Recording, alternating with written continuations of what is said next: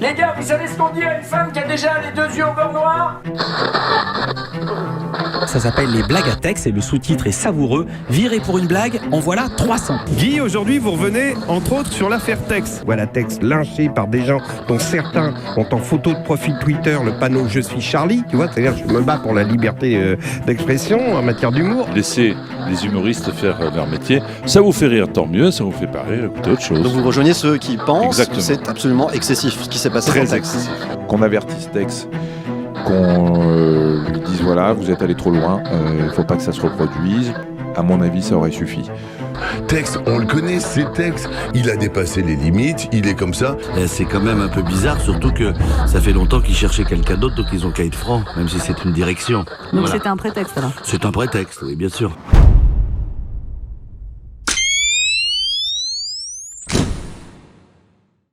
Je m'appelle Déborah Benisti. J'ai sollicité Tex pour un spectacle caritatif en faveur des enfants malades. Et j'ai trouvé en lui un homme accessible et disponible. Suite à cela, j'ai été interpellée par tout ce qui se disait au sujet de cet homme à cause d'une mauvaise blague. Dans mon fort intérieur, je me posais certaines questions au sujet de Tex, que l'on pourrait décrire comme un homme macho et qui me semblait faux au premier abord. Alors, mon empathie pour cet homme lynché sur les réseaux sociaux, ainsi que ma curiosité à son sujet, m'ont donné envie d'en savoir plus, avant de pouvoir juger un homme sur une simple blague, qui certes peut être très mal jugée et mal perçue dans cette nouvelle société où l'on a du mal à distinguer le bien du mal, le vrai du faux ou le juste milieu. Ce sentiment d'injustice a éveillé mon envie de faire ma propre impression. J'ai décidé de contacter des amis ou collègues de travail, des personnalités très médiatisées qui n'ont pas pu libérer du temps pour ce tournage ou qui étaient peut-être frileux à l'idée d'une production qui leur était inconnue. Mais tous ont spontanément eu un mot gentil à l'égard de Tex. J'ai donc pu constater après ces appels que Tex semble très apprécié auprès de ses collègues de travail. Je n'ai par contre pas recueilli l'image de sa femme et de ses enfants par pudeur et respect. Et me voilà donc partie à la découverte de Tex. Daniel Evenou. Oui. Bonjour. Bonjour, mademoiselle. Alors déjà, moi je suis ravie d'être avec vous parce que Daniel Evenou, c'est une personnalité, c'est quelqu'un qui a un grand parcours, c'est quelqu'un qui connaît beaucoup de monde, c'est quelqu'un qui a un grand cœur et beaucoup d'humour, et ça, c'est pas donné à tout le monde. Et aujourd'hui, nous sommes là pour Tex, notre ami. Qui a beaucoup d'humour. Aussi. donc je sais de sources sûres que vous êtes quand même des amis, des personnes proches, et j'aurais aimé qu'on dévoile un petit peu des choses sur Tex. Nous sommes là pour parler de notre ami Tex. Oui. Tex, l'homme de scène aussi, l'homme de télé. Oui. Et j'aurais aimé savoir un petit peu depuis combien de temps vous connaissez. On se connaît avec Tex depuis le début, le tout début. On ne connaît pas assez le Tex coulisses, le vrai Tex. Parce qu'il y a le Tex clown, il y a le Tex machin, télé, tout ça.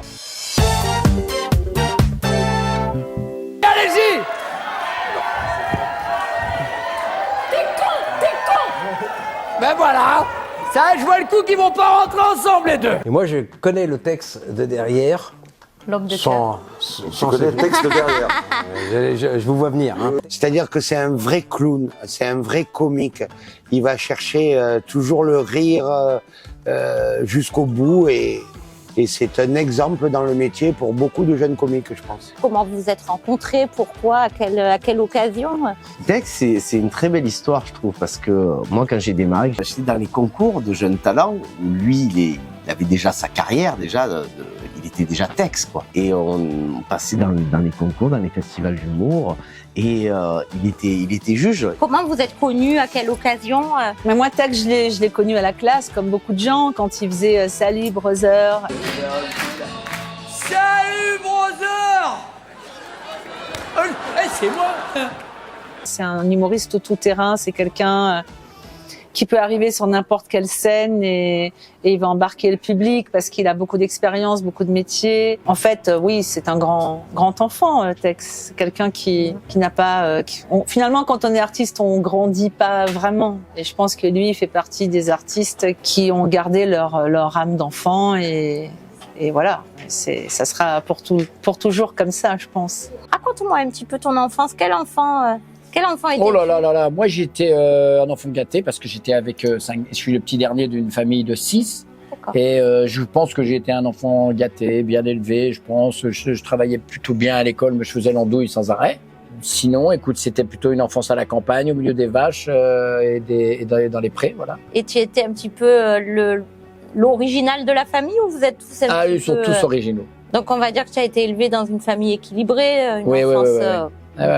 mes parents travaillaient beaucoup pour élever 6 enfants et on a aussi le sens du travail. Il n'y a pas eu de cadeau, quoi. Il y avait pas de vacances. Mes premières vacances, c'est quand j'ai 20 ans et que je les prends moi-même. Voilà. Je connaissais la famille de Tex avant de connaître Tex. Ah oui? Oui. Ah, donc comment avez-vous rencontré Tex? Alors, à mon avis, autour d'une boule de pétanque. Ou plutôt du cochonnet. J'ai eu peur. Non. J'ai eu un petit moment de panique. Sûrement, c'est dans la région que je l'ai connu. Un jour, Tex me dit, il y a une école de théâtre, est-ce que tu n'aurais pas à venir? Je dis, t'es fou, furieux. Je suis juste un mec de bar, tu vois. Je tiens le bar, le Tricasse. C'est vrai que c'est moi qui amuse tout le monde, mais jamais, à aucun moment, je peux me dire, tiens, un jour, je vais faire mon métier de ça. Et Tex me dit, viens.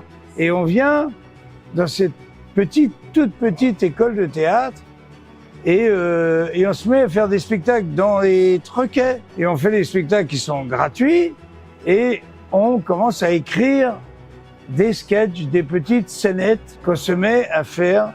Il fait partie si tu veux, de la création, l'endroit, le moment où le spermatozoïde rentre dans l'ovule et que un jour ça va donner quelque chose. Comme Tex? Donc, oui, alors, c'est pour ça que j'ai beaucoup d'affection pour Tex. Il y a Jean-Marie Bigard qui m'a parlé de toi. Il m'a parlé de cette envie de faire du théâtre, que tu l'aurais entraîné à faire du théâtre, que c'est toi qui l'as amené vers là. C'est ce que dit sa famille, ouais, Jean-Marie. Moi, je pense qu'il avait ça au fond de lui, il avait vraiment envie. Mais c'est vrai on s'est croisés dans des moments où il avait envie de faire autre chose que ce qu'il faisait. Il était directeur de boîte de nuit et moi, j'étais tellement éclaté. J'avais une troupe de théâtre, on faisait n'importe quoi. C'était de l'anarchie dans le jeu et dans le plaisir. Et ça lui a paru intéressant et il nous a suivis, ouais. Oui, il m'a raconté quelques peut-être anecdotes. un peu de ça, il y a peut-être un petit peu de ça. Mais je veux pas avoir cette prétention. Il avait déjà tout au fond de lui. C'est un amour de garçon. C'est un mec généreux et super sensible. Et moi, j'ai eu la chance de jouer avec lui au théâtre dans Monsieur Nounou de Feydeau. Et j'ai vécu des moments, mais de rire avec lui, mais sur scène, mais il est très drôle. La première fois que j'ai vu Tex, c'était à la classe. Et il faisait un sketch avec un gros pull en laine et une écharpe, un joint. Et il parlait à sa fiancée Clarisse. Et il disait, Clarisse, ma belle.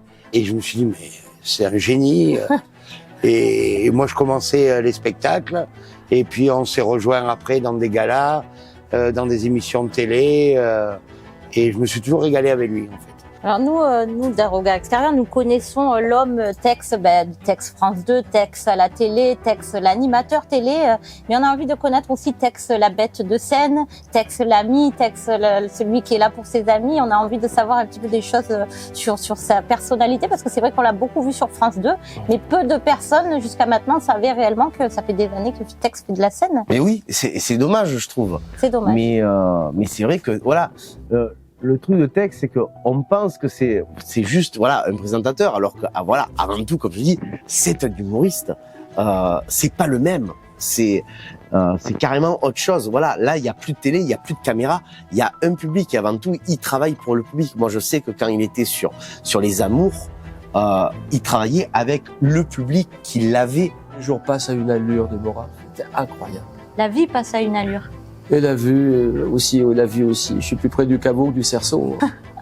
Alors j'imagine que dans cette vie, vous avez parcouru pas mal de choses et surtout rencontré beaucoup de monde. L'ami Tex, j'ai fait beaucoup d'autres émissions en dehors de Questions pour un champion. Sur Interville, oui, bien sûr. Un jour, on me dit, je sais pas qui m'a dit ça d'ailleurs. M'appelle, on me dit, ça serait bien que tu fasses Interville. Est-ce que tu serais d'accord pour faire Interville? Je dis oui, pourquoi pas. Interville, on connaissait par Guy Lux, évidemment. On connaissait par Léon comment? Léon Zitrone. Léon Zitrone. Eh oui. Et Tex et moi, on l'a fait pendant 3 saisons. À raison de 10 émissions par été, à peu près, ça fait 30 émissions. Donc on a passé 30 émissions ensemble, sachant qu'on arrivait 2-3 jours avant sur les lieux pour répéter, plein soleil. c'était pas du tout repos. Hein. Et c'était une bonne entente? Et c'était une très, très bonne entente. Je me suis bien entendu avec lui, oui, bien. Parce qu'on a vu que derrière vous, là, il y avait encore les bétaillères, les bétonnières, je veux dire. Ça avance, on nous prépare un fil rouge très intéressant. Allez Vanessa, on commence tout de suite. Le premier jeu, c'est l'interview qui commence à Moulin. J'ai jamais rien entendu. Je crois qu'on avait des oreillettes. Je crois que des oreillettes, il y avait un tel bruit. Il y avait 3000 personnes, 5000 personnes. Les arènes de Nîmes. Vous connaissez tous les arènes de Nîmes? À qui ne connaît? Les arènes de Nîmes, pleines à craquer un soir d'été de l'année, je sais plus combien. J'ai un souvenir en plus de ça, pile. Alors on était déguisés en guerriers romains, en centurions, et moi, et on était sur des, comment ça s'appelle, là, des chars. Des chars. Et c'était en direct. Les textes déguisés en centurions romains. Ah, c'était magnifique. Et moi aussi, d'ailleurs. Il y avait Julien Lepers qui me parlait d'Interville.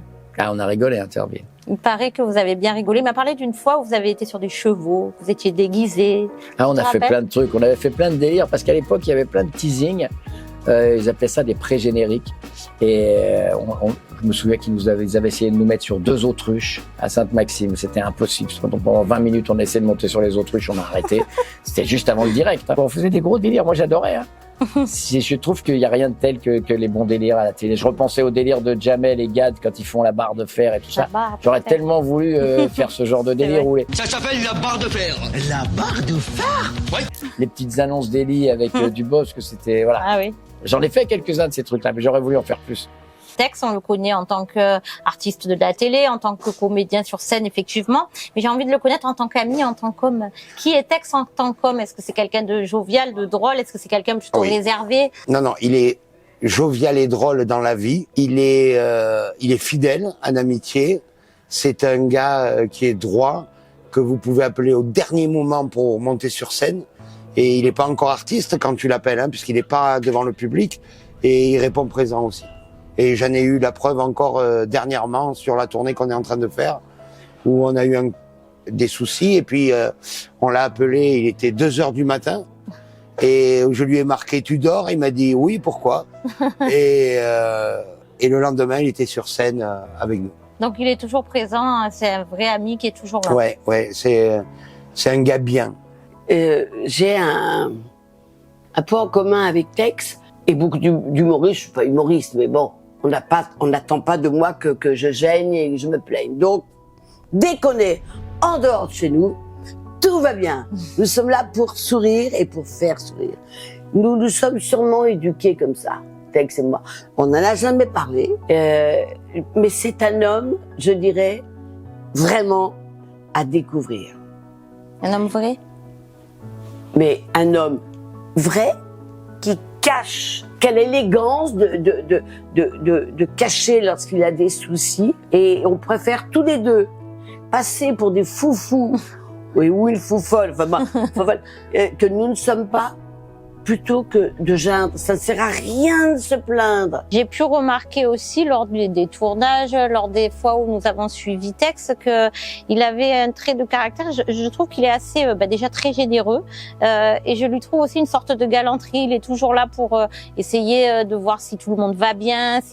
Voilà, il y a quelque chose chez lui, il dégage ça. En tout cas, moi, c'est ce que j'en ai vu. Est-ce que je me trompe ou est-ce que c'est quelque chose qui fait partie de sa personnalité? Ah non, vous vous trompez pas du tout. Ça fait partie de sa personnalité. C'est une personne qui est attentive à tout ce qui peut nous faire plaisir. C'est beau, c'est rare. Qu'est-ce que tu détestes le plus par-dessus tout?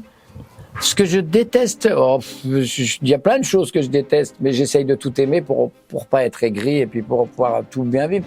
Je déteste l'injustice inévitablement, mais elle fait partie de notre monde.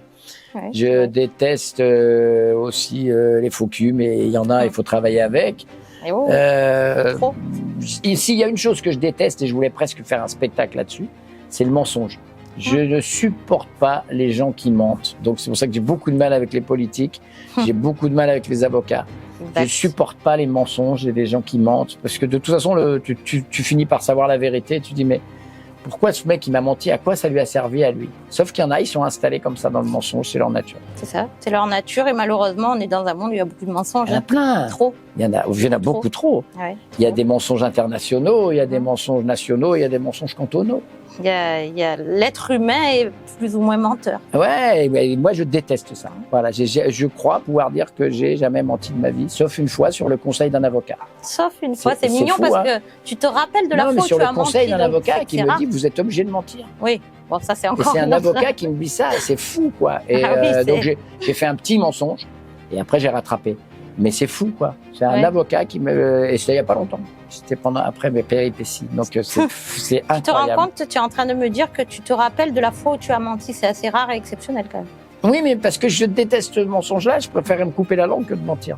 Ouais, c'est marrant. On t'a pas encore coupé la langue?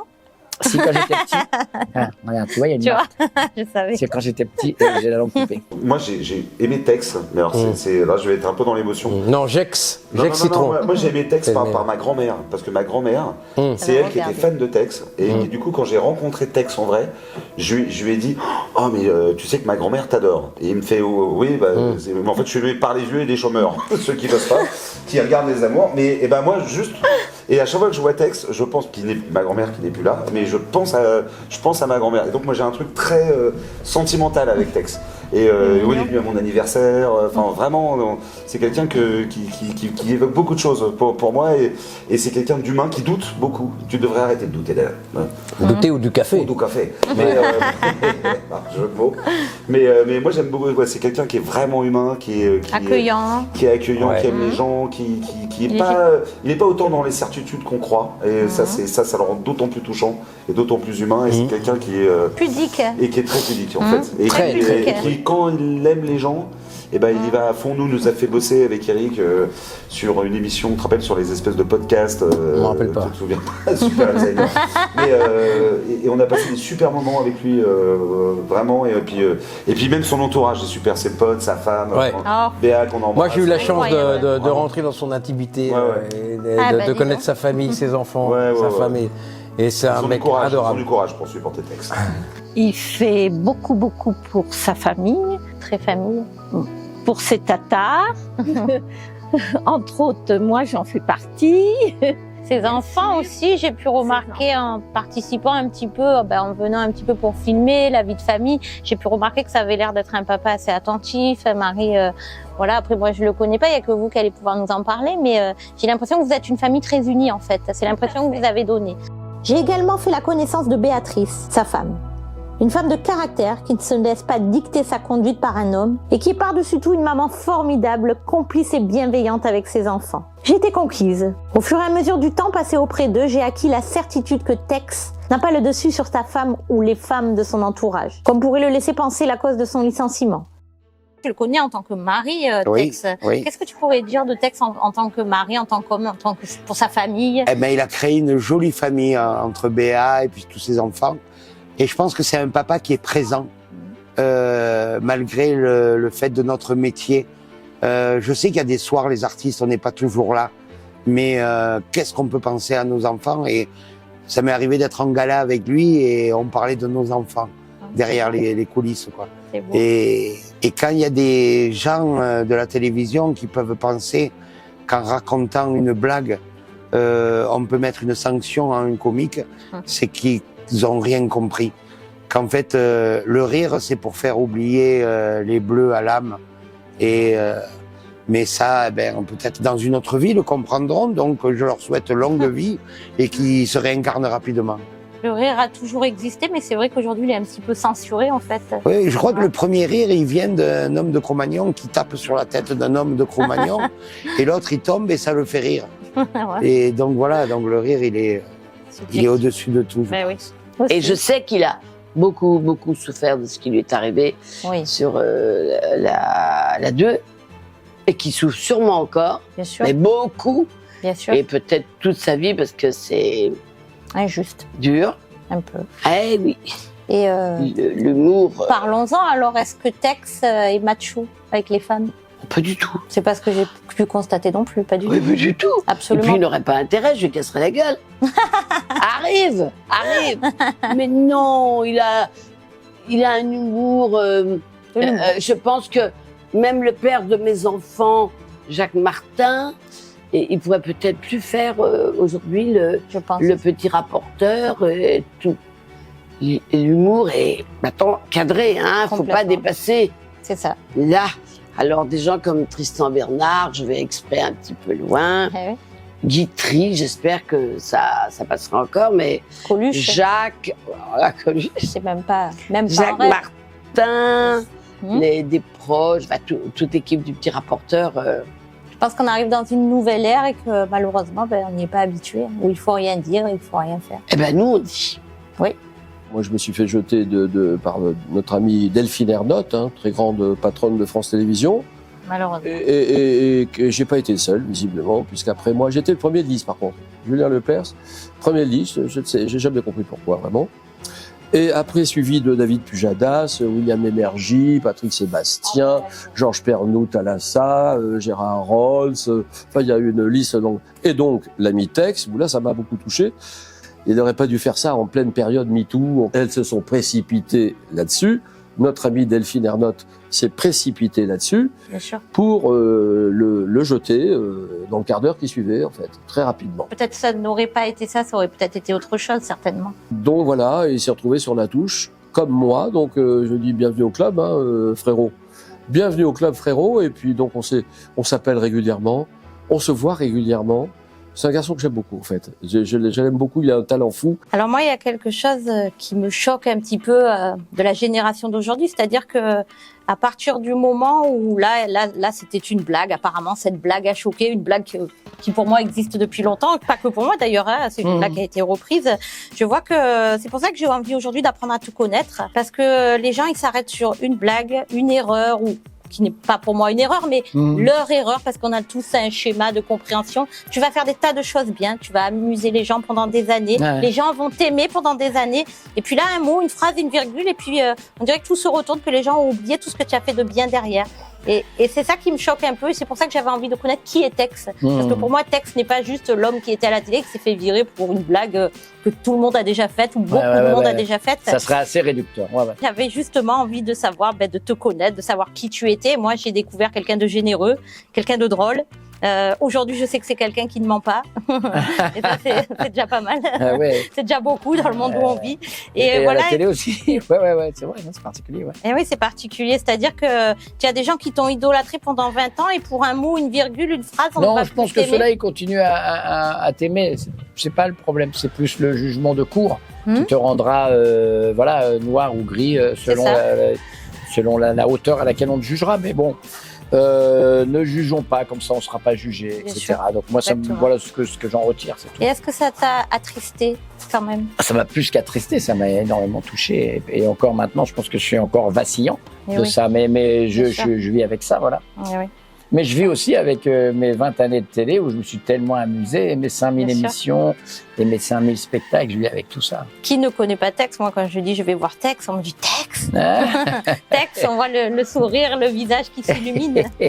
Après, honnêtement, je vais le dire, j'en veux pas à la télé de l'avoir mis. C'est une époque aussi, peut-être. Moi, je leur en veux d'avoir fait du mal à un être humain à ce moment-là.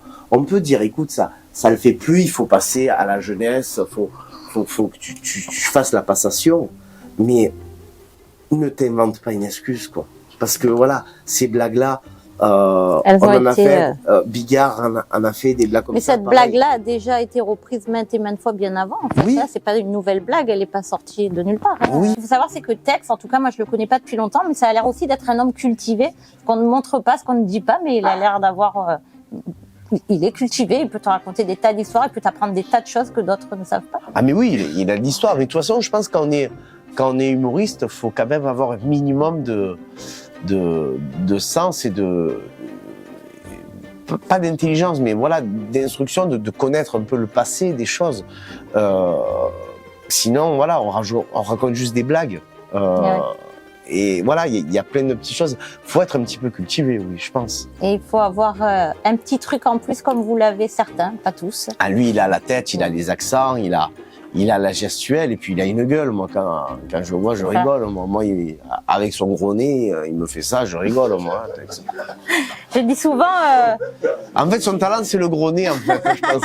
Bon, lui, c'est un peu un bouffeur de micro. Il adore le micro. Il vous laisse pas passer un mot. Alors là, vous êtes tout de suite au second rang très rapidement. Mais bon, donc, j'exagère un peu, évidemment. Parce qu'il aime la scène. J'exagère un peu. Il adore ça. Il a besoin de... D'ailleurs, ce n'est pas le seul à le dire. Lorsque tu as le micro, on ne te l'enlève plus. Ah bah oui, parce que... Tu adores ça. Bah, il faut occuper le terrain. Quand tu tchatches, les gens... Moi, je me mets à la place du spectateur à chaque fois. Et s'il y a des creux, des grands silences, des machins, ça veut dire qu'on va installer un petit peu de la convivialité ou du sentiment. Nous, on installe de l'animation. Donc, il faut réveiller les gens tout le temps. Il faut que les gens qui soient à passer devant la télé s'arrêtent en disant ce qu'il dit, lui. Bah, c'est ça. Donc, c'est ma manière d'animer, elle était comme ça.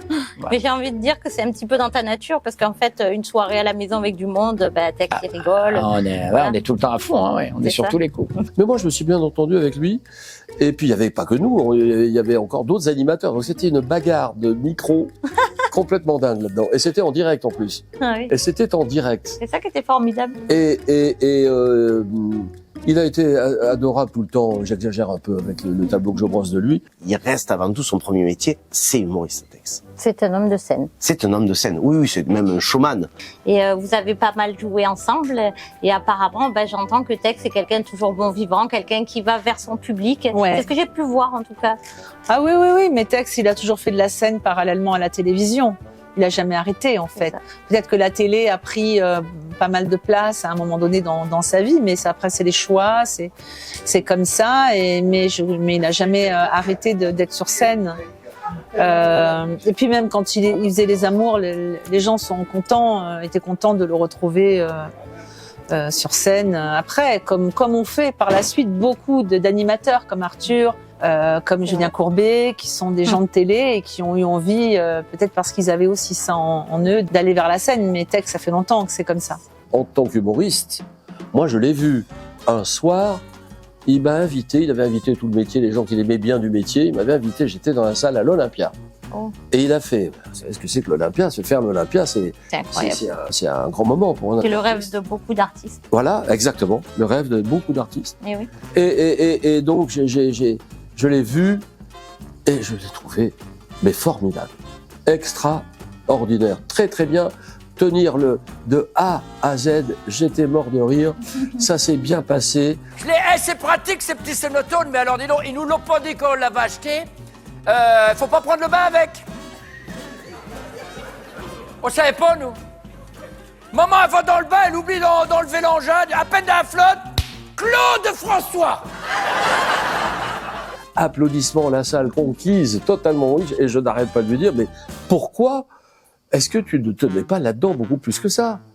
Pourquoi tu fais pas les grosses têtes? Pourquoi tu fais pas les émissions humoristiques? Pourquoi est-ce que tu prends pas un grand producteur? Pourquoi tu vas pas plus loin que ça? Alors, je n'ai pas la réponse. Est-ce qu'il y a une anecdote, quelque chose d'un petit peu rigolo, quelque chose qui serait arrivé entre vous? Déjà, qui peut se dire non. Alors, quelque chose de moins rigolo. Ouais, voilà, des trucs moins rigolos. Non, en fait, ça a toujours été... Il n'y a pas d'anecdote spéciale. C'est que chaque fois qu'on se croise, c'est une anecdote qui naît, en fait. Puisque, on mange, on boit, Au boule, je crois qu'au boule, il est un peu con. Voilà.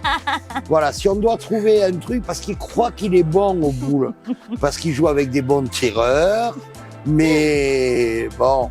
un jour, je ferai bien une tête-à-tête. Il y a Eric qui te défie. En fait, il m'a parlé que tu adorais la pétanque. Ah bah ça, la pétanque, oui. Moi, j'ai un peu découvert ici la pétanque.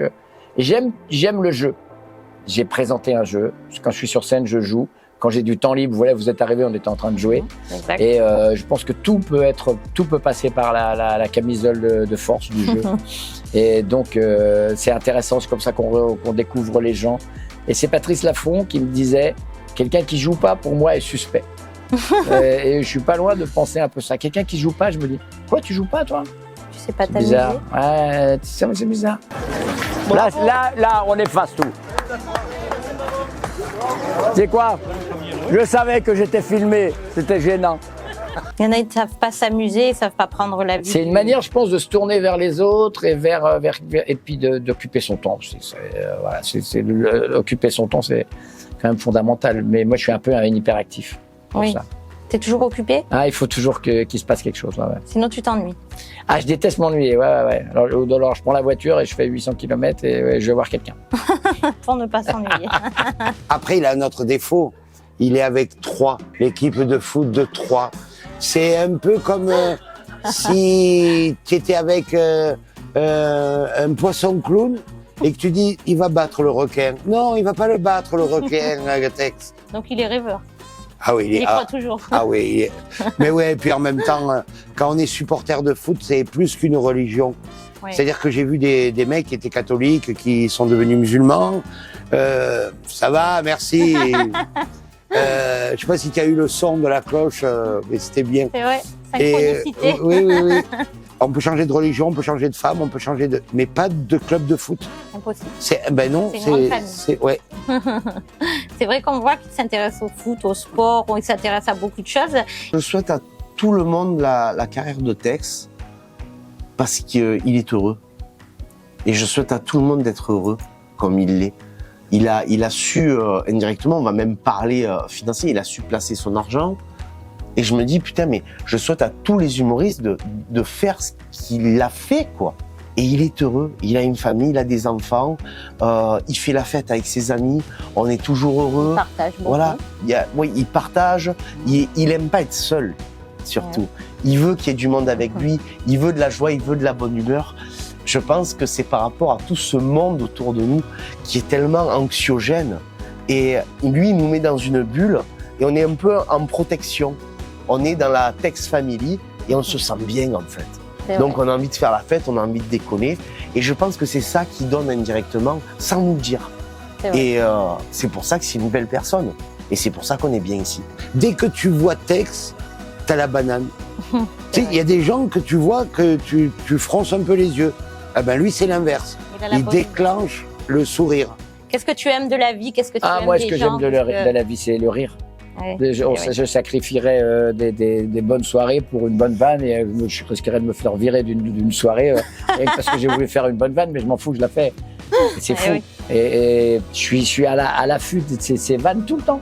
Mes amis, c'est des gens qui savent que de toute façon, il peut y avoir une vanne qui peut partir du second à l'autre.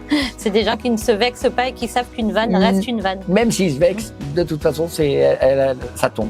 Une vanne reste une vanne. Voilà, oui. Ça reste de l'humour. C'est ce qu'on dit. Il faut toujours aussi, en fonction de l'aéropage avec lequel t'es, tu vas pas faire n'importe quoi. Tu vas surveiller. Tu vas dire non, lui. Si t'es avec 3 handicapés, tu vas pas commencer à faire des vannes sur les handicapés. Encore que. Finalement, c'est eux qui le prennent le mieux. Mais oui, c'est le meilleur médicament pour eux. On les prend comme pour des gens normaux. Totalement. Et dans la société actuelle, on n'a plus le droit de rien dire, mais en réalité, quelqu'un d'handicapé, si vous rigolez de son handicap avec lui, ça va le faire rire. Bien sûr, Artus le fait tellement bien. C'est un bon papa, comme sa femme, que j'admire. J'en profite pour lui faire une déclaration, chère Béatrice. Je l'admire et je suis très timide. J'adore cette femme. Heureusement qu'elle est dans sa vie. Parce qu'elle est costaud avec ce qu'il a vécu. J'ai vu une belle famille avec beaucoup de... Oui, on voit que vous êtes... on voyage, nous, on est des voyageurs aussi. Puis je vous ai vu unis surtout et soudés. Une jolie famille. Ouais, là, ma fille qui vient de me rejoindre. Là, on est allé voir, tu l'as pas vu, mais on est allé voir mon fils qui en ce moment est au Portugal. On a passé une semaine avec lui. Ah ouais, non, ça c'est une promesse d'avenir aussi. Parce que ça veut dire que dans l'avenir, tu vas la voir grandir, tu vas voir les enfants de tes enfants, etc. Ah, mais ça c'est magnifique. C'est beau d'avoir des... Bah oui, toi, t'as 2 filles magnifiques. Ouais. J'ai 5 enfants. Oh là là. Tu vois, ça c'est une richesse incroyable. Complètement. Tu as parlé d'un sujet sensible, c'est-à-dire tu as dit que Tex a su placer son argent.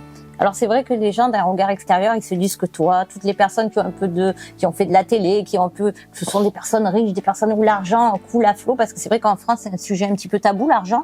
Ce qu'il faut savoir, c'est que c'est pas forcément des personnes riches, mais que l'argent c'est éphémère. À un moment donné, on peut tout perdre, on peut tout gagner. C'est un sujet sensible et important à aborder. Oui. Mais bien sûr, mais en fait, il a fait attention parce que quand on est artiste, en fait, ça peut faire comme ça, exactement. Comme d'un coup, ça peut faire une plongée. Et il a su protéger les siens, sa famille, et il a su avoir une protection et avoir un plan B. ce qu'il utilise maintenant. Mais voilà, c'est fait. Il y a toutes les protections, il y a un mur et ça peut pas plonger. Ce qui montre que c'est aussi un homme, un papa, un mari, un père avant tout qui protège sa famille parce que, encore une fois, là, aujourd'hui vous êtes là, demain vous n'êtes plus là, l'argent c'est éphémère et bravo. C'est quoi. ça. Bravo à lui. Et un ami qui invite les siens à profiter de sa joie et de sa bonne humeur. Et on accepte avec plaisir. J'ai une idée de sketch. À l'époque, c'est le théâtre de Bouvard. Ben, tu vois, ça nous ramène loin. Et j'ai une idée avec les voitures, les R11. Pour les plus anciens se souviendront, c'est les premières voitures qui parlent. C'est la voiture, genre de voiture, tu rentres dans la voiture, on te dit la portière est mal fermée. Tac, t'es obligé de la fermer. On a eu l'idée d'en faire un sketch, c'est-à-dire il faisait le conducteur de la voiture et moi je faisais l'ordinateur qui contredisait. C'était déjà bien avant l'intelligence artificielle. Hein. On le présente, Bouvard dit oui tout de suite et on se retrouve à faire ce sketch. Et après la blague, le truc incroyable qui se passe, c'est que c'est ma première télé. Je vais passer au petit théâtre de Bouvard. Incroyable. J'ai prévenu mon frère, ma sœur, tout ce qui me reste de famille. Ils sont tous prévenus et au moment de démarrer le sketch, Bouvard est là et hors antenne, il dit mais lui, l'ordinateur il est sous le capot, on le voit pas. Mettez-lui une couverture. Et on me met une couverture et on ne m'a jamais vu, même pas une seconde. On a vu Tex autour qui faisait le conducteur et moi, on m'a pas vu. C'est rageant. C'est-à-dire, première télé, on me voit pas. Et pourtant, Ça faisait un gros démarrage. Hein. Sur scène, mais quel bonheur de jouer avec lui sur scène. Ouais. Alors c'est vrai qu'il part dans les impros, mais Ouais, mais il est fort. Et infatigable. infatigable. Il est très très fort parce que lui, quand il arrive, par exemple, dans un lieu comme ça, là on est à Montauban, il se renseigne sur toutes les histoires de la vie, Ah sur oui. qui est le maire. C'est Et, vrai. tout ça, et le soir, il arrive et il parle aux gens. Ah oui, oui. Et il leur parle de choses qui sont C'est dans vrai. leur vie en fait. Et ça, il est très très fort là-dessus. C'est vrai. Il faut dire qu'il n'est pas Jean Foutiste comme nous. Et c'est pas un escroc. Il travaille. Lui, il travaille. Ah Lui, il travaille. De ta carrière, tu as quand même rencontré beaucoup de personnalités. Je pense que tu es une des images de la télé, de la radio, tu as connu les meilleures années télé, je dirais. Je Oui, dis pas que on était dans des belles années par rapport à ce qui se passe maintenant, mais c'était toujours, on va pas faire c'était mieux avant, Ouais. mais c'était cool en tout cas. Mais même quand j'étais au Club Med, c'est plus cool que le Club Med est maintenant Eh oui. aussi. Donc on a eu des bonnes années, mais c'est peut-être économique. Moi, je mets tout sur le dos des infos. En ce moment, je dis s'il y avait moins d'infos, on serait plus tranquille. Ouais, voilà, Internet, puis même la multiplication des chaînes infos. Nous, à l'époque, on avait les infos à 20h et tout le reste de la journée. C'est du divertissement, c'était des jeux, c'était du plaisir. Il y a des personnes, après les spectacles, ils vont rentrer chez eux, c'est très mathématique et j'ai l'impression, en tout cas c'est l'impression qu'ils donnent, que Tex, le spectacle, les gens, qu'il aime les gens, qu'il aime le spectacle, que c'est pas juste un travail d'aller faire un spectacle. J'ai l'impression que c'est quelque chose qui vient du cœur et qu'il aime ça vraiment. Tout à fait, tout à fait. À la fin d'un spectacle ou si on sort quelque part, mettons voir un feu d'artifice, un spectacle, un restaurant, ça se termine jamais comme ça. Soit tout le monde vient à la maison chez lui, on continue la fête presque jusqu'au petit matin. C'est vraiment des moments de partage et de bonheur. J'ai envie de savoir tes plus grandes fiertés. De quoi es-tu le plus Mes fier? plus grandes fiertés, moi je suis assez fier de ce que j'ai construit, ma famille, mes maisons, enfin on va dire aussi de pas avoir dépensé mon argent inutilement. Voilà, tout ça, c'est toute cette construction que j'ai fait autour de moi et ma famille. Après, professionnellement, je suis assez fier de tout le trajet que j'ai fait. J'ai rien à regretter. Je suis super déçu que cette émission soit arrêtée parce que je pense qu'elle était nécessaire et qu'on s'amusait bien. Laissons filer. Oui, après, je suis super fier d'avoir fait l'Olympia parce que c'était un rêve de gosse et que je l'ai fait 2 fois.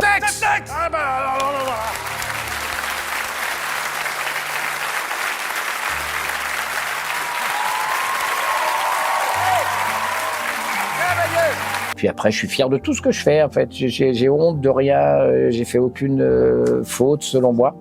C'est pas ce que m'a dit la justice. Voilà, mais j'ai pas fait de mal aux gens. J'ai été cool, j'ai été gentil tout le temps. Ouais. Je pense que nous sommes nombreux à te regretter à la télé déjà. Oui, mais malheureusement, personne n'est irremplaçable. Mais les émissions disparaissent aussi. Oui, et peut-être parce que certains animateurs disparaissent aussi. C'est-à-dire que c'était un peu l'enjeu que m'avaient fait mes producteurs. Ils m'avaient dit, voilà, aux États-Unis, les animateurs, ils meurent avec leur jeu. C'est-à-dire que quand ils sont marqués par un jeu, ce qui était mon cas, ils vont jusqu'au bout, quoi. Et le mec a 70 ans et il fait pas la même émission que quand il avait 30 ou 40 balais, mais il continue à la faire. Il a tellement marqué que il est incontournable, quoi. Et l'émission évolue avec son temps et avec les personnes qui la suivent. Voilà, que... avec l'intelligence en plus intrinsèque de la personne qui est présente. Après, c'est peut-être ce qu'on peut me reprocher. Peut-être que je suis un con. Moi, je n'ai jamais vu de mauvaise humeur. Je l'ai toujours vu très léger, très heureux de retrouver d'autres artistes, des amis. Se réjouit toujours de passer de bons moments avec eux. Et puis, on rit autant en coulisses que sur scène. Mais moi, j'espère qu'on va faire une pièce de théâtre encore avec Tex, qu'on va se retrouver sur scène tous ensemble, parce que j'ai vraiment pris un pied avec lui dans Monsieur Nounou, et c'était une aventure formidable. Et de vivre ça sur scène avec lui et en tournée. Ouais. Il est facile à vivre en tournée? Non, très. Ça. Ouais, la grosse tête. Bah, ça, on peut voir. Mais bon, à part ça, il est sympa. Il est propre. Il est propre. C'est cool. Il met des belles chemises, il est propre. Bon, ça va. Par rapport à votre partenaire, vous voulez dire qu'aujourd'hui, Tex, tu sais, le temps n'a pas de prise sur toi parce que je trouve que depuis que tu as les cheveux blanchissants, tu te rapproches de plus en plus de Georges Clooney. Je trouve que dans ton visage, il y a des similitudes au niveau du bas du visage. Moi, je suis toujours à trouver chez les gens, lui, il a la pommette de un tel, lui, il a l'arcade sourcilière de un tel. Et lui, quand je le vois aujourd'hui, je trouve qu'il y a quelque chose de Georges Clooney. Donc, c'est super. Peut-être que moi, en vieillissant, je ressemblerai à Julia Roberts. Ouais, on est à ça. À ça. Elle m'a dit, Tex, c'est Georges Clooney. C'est gentil. Alors le visage de Georges Clooney et le corps de... je sais pas. On m'a pas dit le reste. Non, dans Clooney, il y a clown, donc ça me va très bien. Arrivé à Paris avec un seul slip et on a passé une pré-audition. On m'a dit, ouais, c'est pas mal. Demain, vous allez en passer une autre. On en passe une autre, toujours avec le même slip et en dormant dans la bagnole. Et la troisième audition, on dit, vous tournez demain. Donc, c'était très prometteur, mais en même temps, c'était annonciateur d'un certain nombre de difficultés, tu vois. Toutes les difficultés qu'il a fallu franchir, en ce qui me concerne, jusqu'au Stade de France. C'est bon. Donc, j'ai un très bon souvenir de ce camarade Tex qui était avec moi au combat. On sort de la tranchée à poil, sans armes et en chaussettes. Et on arrive à gagner, lui, en télé, il a fait une brillante carrière. Et puis, moi, de mon côté. Donc, des gros bisous, mon Texou. Merci. Super. Anthony Joubert, il a dit une phrase qui m'a beaucoup plu. Il a dit, si un jour on me dit que... Tex, c'était un homme bien. Eh ben, je dirais José. Ça me fait tellement plaisir. La transmission, c'est un truc très important. Et transmettre à un comique à qui tu as confiance et qui te ressemble un peu, c'est magnifique. C'est une chance même. Une continuité. Ouais, voilà. Il y a des choses qu'on peut donner, quoi. Donc, il faut pas se gêner. Tex te laisse pas faire et continue. Ouais. Continue parce qu'il y a plein de gens qui t'aiment. On a une fan là. Regarde là, Déborah. Moi, je suis totalement fan. Elle est fan de toi. De sa personnalité, encore plus. Ouais, je sais, de sa personnalité, parce que je suis un peu médium aussi. Ah, toi aussi. Et bientôt Tex au cinéma, parce qu'au cinéma, il est pas employé. Oui, et tout à fait. On l'a vu dans un court-métrage où il fait un texte plus dans l'émotion. Ah ouais, il est génial. Dans la réserve, et il est très très étonnant. On vous conseille de regarder ce film qui s'appelle... Tu me les fais payer cher, hein, toutes mes errances. C'est comme ça dans la vie, il faut tout payer. Tout se paye.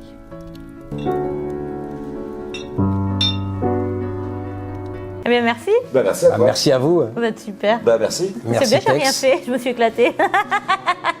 Moi, comme je dis, moi, dans ma vie, si je peux devenir Tex, parce que souvent on me dit, ouais, mais Tex, machin et tout. Je fais, mais moi, sa carrière, je la signe de suite, moi. Je la veux, moi. C'est génial.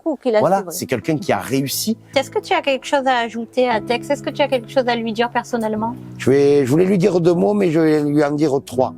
Je t'aime. Tex, je vais te dire que je t'aime parce que ta femme écoute. Je suis amoureuse, je peux pas le dire. Ta femme écoute. Et j'aime, par-dessus tout, que tu nous aimes Parce que je sais que c'est sincère. Voilà tout ce que je pense de notre ami Tex, et beaucoup plus encore. Tex, je t'embrasse. Tu vas sans doute nous regarder, Bien sûr. Déborah et moi. Bien sûr. On t'embrasse très fort et sache l'amour, l'intérêt, le respect que je te porte. On n'a jamais eu l'occasion de se le dire vraiment. Mais là, je la saisis cette occasion, Tex, pour te dire combien tu as été sympa quand on arrivait sur les plateaux, de là où on habitait, de là où on était la veille, de là où on avait joué la veille, de là où j'avais animé des trucs la veille. Tu vois, tu avais toujours un mot gentil pour tout le monde. Et c'est vrai, tu aimes les gens. Moi, j'aime beaucoup les gens aussi, donc on se comprend très bien. Et on n'a pas besoin, Tex, de se parler plus longtemps que ça. On se regarde simplement. Le regard, tout est dans le regard. Je t'aime. Qu'est-ce qu'on peut ajouter à ça? Merci. C'est moi, Déborah. Et j'ai cru J'ai cru entendre un rominet. Ouais, j'ai cru entendre quelque chose sur toi. Oh là là! Donc voilà. C'est quelque chose que j'ai entendu dire. J'adore les cadeaux. Ah, c'est un clown. Voilà. Oh là là, magnifique. Ma femme, elle va adorer. Parce qu'à chaque fois qu'arrive un clown, elle dit oh non. Il vient d'une brocante. Mais il a une génial, histoire. mais c'est bien qu'il arrive d'une brocante. Je préfère qu'ils arrivent d'une brocante. Je préfère qu'ils aient vécu. Voilà, exactement. Alors j'ai envie de savoir maintenant pourquoi les clowns. J'ai toujours adoré les clowns. J'ai toujours adoré la manière qu'ont les clowns de se maquiller. Ce moment hors du temps où le clown devient, où le mec normal devient un clown. Tu vois, tout ce maquillage là, c'est un truc incroyable quoi. Et puis dans chaque maquillage de clown, il y a une histoire, il y a une manière de faire. Tu vois, si t'es maquillé, t'as ta manière à toi de te maquiller, Exact. la petite chemou, Exact. deuxième chemou, il y a deux chemous. Et ben chaque clown a sa manière de faire et j'ai pas eu le courage ni la masse de travail suffisante pour être un clown. Parce que ils savent tout faire, ils savent chanter, jouer la comédie, jouer des instruments, grimper sur un fil, c'est des équilibres. Ils savent tout faire les clowns, c'est un truc de fou. C'est Warren qui est un clown, Wow. Warren Zavata. Mais voilà, j'ai pas eu tout ce travail-là et puis j'ai l'impression d'être un clown des temps modernes, voilà. Parce que Exact. les clowns ils changent un peu, donc voilà. C'est ça. Mais ça c'est des personnages magnifiques. Merci en tout cas. Merci. Est-ce Dis que au tu as revoir. quelque chose à ajouter? Non, je voulais juste vous remercier de vous intéresser à ma modeste personne. Je vois cette pierre dans ma main. Voilà. Sans Non, regret. merci à vous, merci à vous.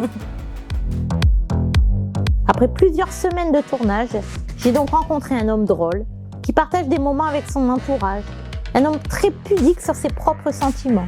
Il peut parfois être très maladroit dans ses paroles car c'est un homme naturel qui ne se cache pas derrière de jolis mots pour paraître. Nous pourrions alors dire que c'est par maladresse que ce licenciement a eu lieu car là où d'autres tournent 7 fois leur langue dans la bouche avant de parler, Tex vit le moment présent comme un enfant malhabile. Ce petit défaut qui lui a valu bien des tracas, moi j'ai vu une qualité. Un homme vrai qui ne fait pas semblant pour parfaire une image. En conclusion, après tous ces moments de partage, je n'ai pas découvert Tex, l'animateur licencié pour faute grave, mais plutôt Tex, un homme comme tant d'autres, avec ses peines, ses peurs, un papa, un mari, un homme comme tant d'autres, un ami fidèle, un homme parfois étourdi, un vrai homme, Tex. Qui n'a jamais, on parlait de blagues tout à l'heure, on a tous un jour blagué, Ah dit, oui. sorti une petite vanne qui a peut-être vexé quelqu'un, mais qui pour autant n'est pas ton image en fait. Exactement. Qui n'a de pas, toute façon, toutes les blagues vont inévitablement vexer les C'est gens, ça. mais on peut rire avec les gens, on peut rire des gens et on peut rire sur les gens. Faut rien s'interdire. Le plus important, et Coco il le dit assez bien, Collado, le plus important c'est que nous on fasse rire. C'est ça notre métier. On fait rire, voilà, c'est tout. J'ai envie de te faire un petit quiz. Allons-y. Alors j'ai envie de savoir sucré ou salé. Plus salé. Ton plat préféré. Mon plat préféré, alors puisque je suis parti sur le sucré, je vais dire tiramisu. Tu es plutôt chien ou chat? Chien. Ta série préférée. Desperate Housewife, les pauvres. Desperate Housewife. Elles sont tellement désespérées, ces femmes. Je pensais pas que tu allais répondre ça, tu vois. Et ton film référence ou préféré? Ah, moi j'adore Big Fish. C'est un film magnifique. C'est une histoire magnifique. C'est un film que j'adore. Et il y a aussi Buffet froid parce que je trouve que c'est un délire intégral. Buffet froid avec Serrault, Depardieu, et, film de Bertrand Blier. Et La vie de Brian parce qu'on a tellement ri en regardant ce film des Monty Python. Voilà les trois. Tu aimes beaucoup le rire quand même, hein? Tu vas beaucoup Oui, vers le oui, rire, oui, oui, quand oui, même. oui. C'est Bah, plus le rire et le facile. délire. Ta chanson préférée, une de tes chansons? Mon chanteur dans ce cas-là. Ton chanteur. Moi, je suis assez fan de Julien Clerc. En fait, c'est le mec que j'ai vu le plus souvent en chanson française. Et sinon, en chanson internationale, moi, je suis fan de Genesis, Yes. Ça, les racines du rock'n'roll. Et j'ai eu la chance incroyable d'aller voir Bob. Bob? Oui, j'ai vu Bob Marley en concert, je crois, 6 mois avant sa mort. Incroyable. C'est incroyable. Je fais un espèce de bilan permanent, mais ce bilan, il m'aide à avancer vers là. Mais c'est important de faire des bilans et de savoir d'où on vient et où on va. Ouais, pour pouvoir aller encore plus loin. Ouais. C'est bien. Même Pas forcément pour pouvoir aller plus loin, mais pour se dire, voilà, est-ce que je me suis pas trompé? Et si je me suis trompé, ne refaisons pas les mêmes erreurs.